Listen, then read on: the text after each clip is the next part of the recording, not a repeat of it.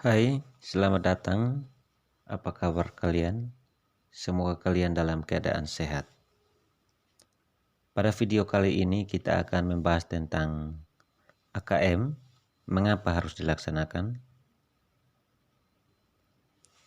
Sebagai seorang pendidik, peserta didik, orang tua, bahkan sampai kalangan masyarakat umum, AKM atau Asesmen Kompetensi Minimum merupakan hal yang baru dan harus dilaksanakan di sekolah.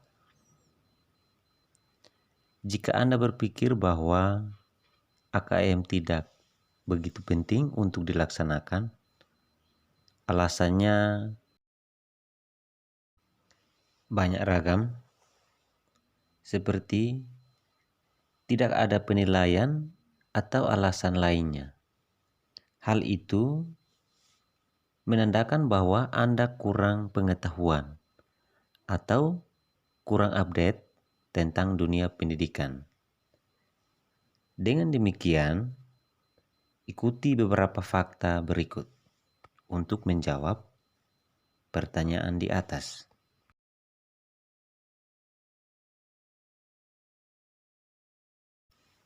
1. AKM pengganti ujian nasional.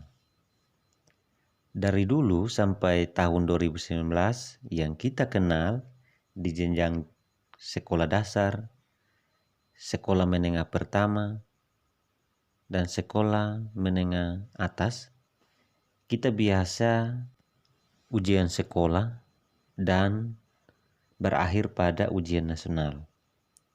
Namun selain ujian nasional, kita juga bahkan dikenalkan dengan yang namanya ANBK, Ujian Nasional Berbasis Komputer. Namun hal yang terbaru adalah AKM, pengganti ujian nasional. Sebenarnya AKM telah dilaksanakan pada tahun 2020, namun karena adanya COVID-19, maka sekolah tidak dapat melaksanakannya. Sehingga pada tahun 2021 ini, akhirnya AKM dapat dilaksanakan. Dan yang menjadi dasarnya adalah Surat Edaran Menteri Pendidikan dan Kebudayaan Nomor 4 Tahun 2020. 2. AKM telah mengukur banyak hal.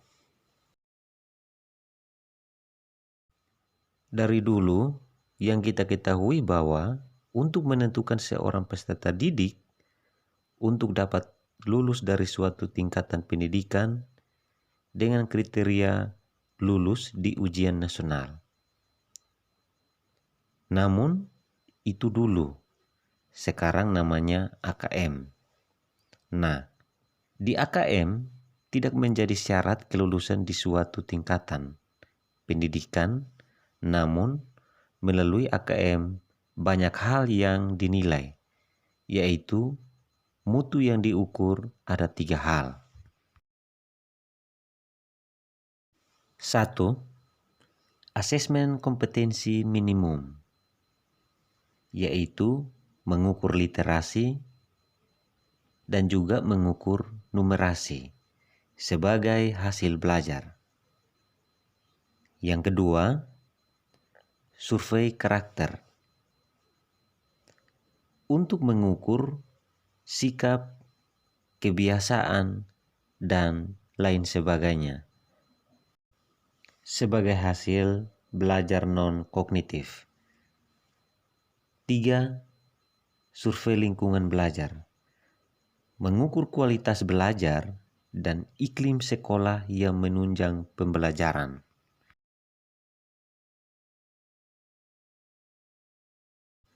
Melalui 3 hal di atas, yang diukur hasilnya adalah tidak untuk mengukur prestasi peserta didik ataupun kinerja guru dan sekolah. Namun, pelaksanaan AKM hasilnya diberikan kepada guru dan sekolah untuk mengevaluasi diri dan perbaikan pembelajaran di satuan pendidikan masing-masing. 3. Siapa yang menjadi peserta AKM? Yang menjadi peserta pada saat pelaksanaan AKM dipilih secara acak oleh pemerintah bagi peserta didik di kelas 5 untuk sekolah dasar, kelas 8 untuk sekolah menengah pertama, dan kelas 11 untuk SMA dan SMK.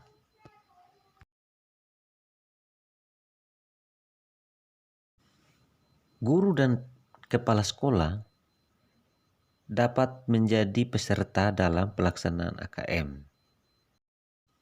Karena melalui AKM, guru dan kepala sekolah dapat memberikan informasi yang lebih lengkap mengenai kualitas, proses belajar, dan hasil pembelajaran setiap sekolah di masing-masing satuan pendidikan.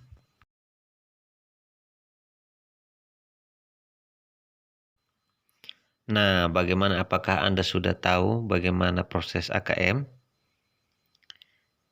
Pemerintah melalui Menteri Pendidikan telah menyiapkan fasilitas untuk berlangsungnya AKM. Melalui bantuan pemerintah dan juga bagi sekolah yang belum atau tidak memiliki fasilitasi dalam melaksanakan AKM, pemerintah menganjurkan untuk menumpang di sekolah terdekat atau instansi lainnya yang dapat dijangkau, sehingga proses pelaksanaan AKM tetap berlangsung. Dengan adanya AKM ini, sekolah tidak perlu repot-repot untuk mempersiapkan berbulan-bulan atau bertahun-tahun, tetapi AKM ini dapat mempermudah satuan pendidikan dalam melaksanakan AKM. Seperti tahun-tahun yang lalu, di mana seorang siswa atau peserta didik dapat mengikuti pembelajaran bertahun-tahun atau minimal 3 tahun, tetapi penentuannya cuma beberapa hari melalui ujian nasional saja.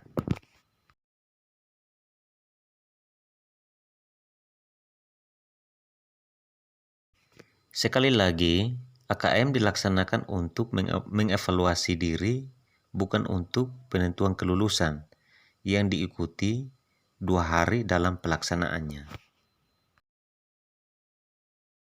Dalam pelaksanaannya, satuan pendidikan dapat mempersiapkan proktor sebagai pemandu dalam melaksanakan AKM ini, dan juga teknisi untuk mempersiapkan segala sesuatu dalam pelaksanaan AKM ini. Dalam merespon program pemerintah ini, SMP Negeri 2 Nekamese, Kabupaten Kupang, telah melaksanakan asesmen kompetensi minimum dengan baik dan kondusif.